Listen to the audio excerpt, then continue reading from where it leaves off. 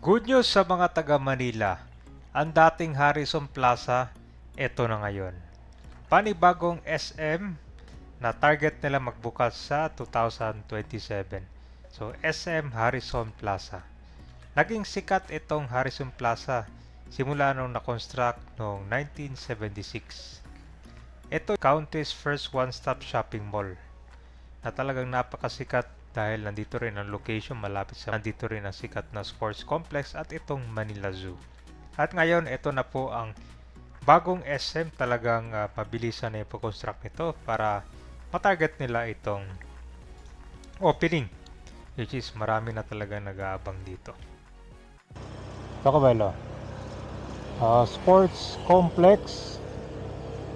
So ang i-update natin ngayon itong bagong abangan na SM Harrison Plaza. Ito no, laki na ng progress oh. Kailan mo, kung last year yata na-update natin to, ginagawa pa oh. Grabe guys, ang laki nitong SM oh. So ito yung dating Harrison Plaza, na-construct pa yan noong 1976. So may kita 40 years nilis ng Martel family to sa Manila. So nag-shutdown, last operation nitong Harrison Plaza noong December 31, 2019 at tuluyan ng dinimolish. So mas magandang abangan natin ngayon dito. Grabe oh.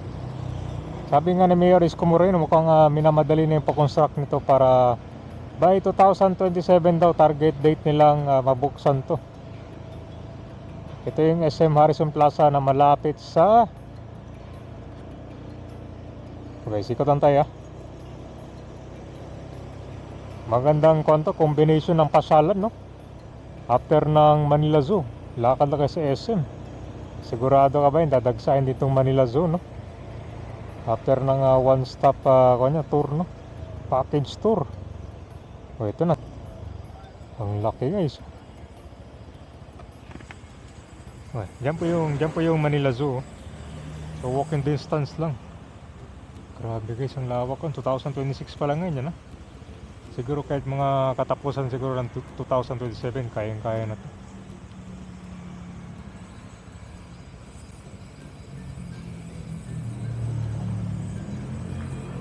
Okay guys, laki na ng progress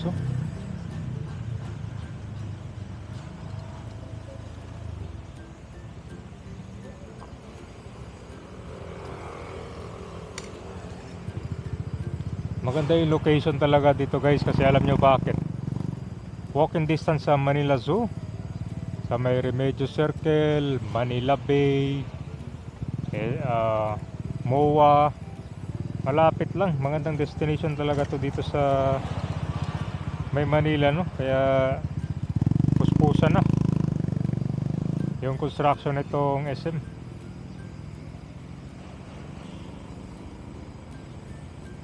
Alam ng kabayan, pag dito malapit sa Manila Bay talagang dadagsahin tong mga dito, pasyalan no?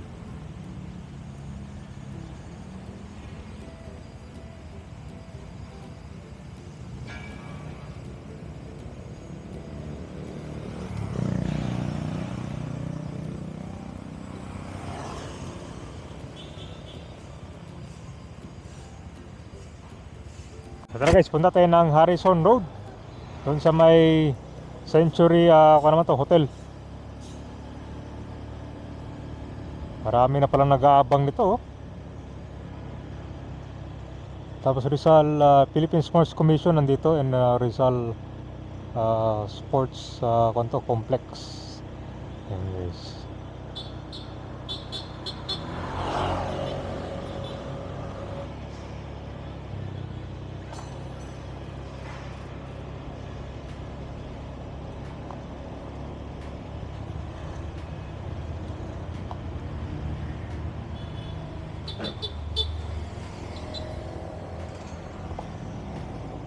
yun ito yung sa Harrison Road, malapit sa guys, sa BSP.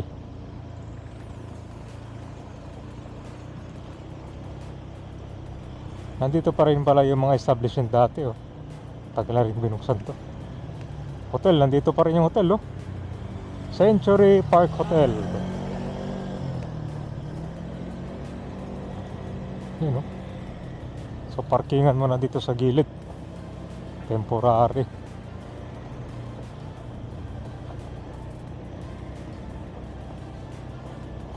Ito guys, kasama rin ng konto Harrison, no? Tinibag na rin. Paano ito? Dalawang building siguro, no? Tapos may karugtong dito. Malamang parking ito underground din yan.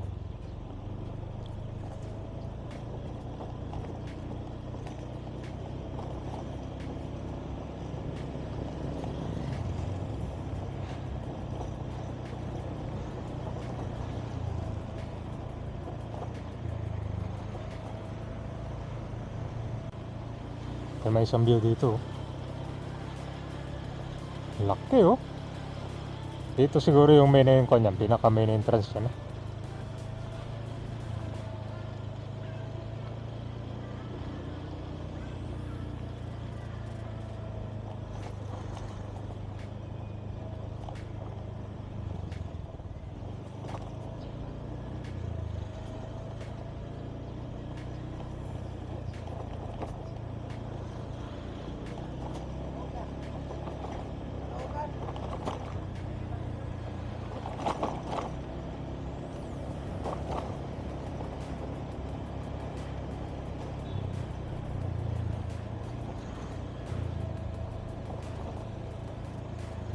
Punta naman natin to bagong hospital lang Manila. So dito guys, oh, part ng comprehensive mo.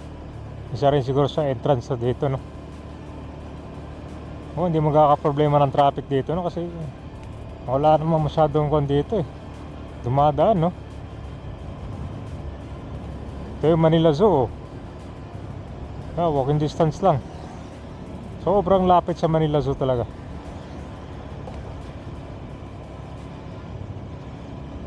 Ito, Manila Zoo na to, oh.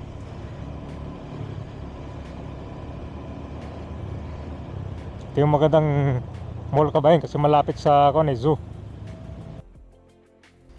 Ito na ang construction ngayon ng bagong SM. Grabe, napakalaki na.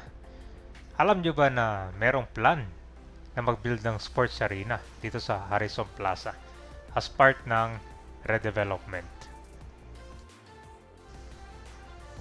Pwede gawing kwanto, no? SM Harrison Sports Hub. Possible siya na kumawato ko na possible din na maging venue to para sa mga major indoor arena na malapit sa Adriatico and Pablo Ocampo streets. At mas maraming mga seats ang ma-add nito aside sa Rizal Memorial Coliseum and Ninoy Aquino Stadium. Ang bagong mall na to ay mag-feature ng world-class atrium, high-end retail brands, and modern cinemas. Ito yung part ng SF na mag-launch ng one iconic flagship bawat taon. Ganda ng location nito kabayan dahil malapit sa Manila Zoo. Isa rin sa patok na pasyalan dito sa Manila. So walking distance lang. Baka nga magkakaroon pa dito ng direct access, no, from Harrison to Manila Zoo.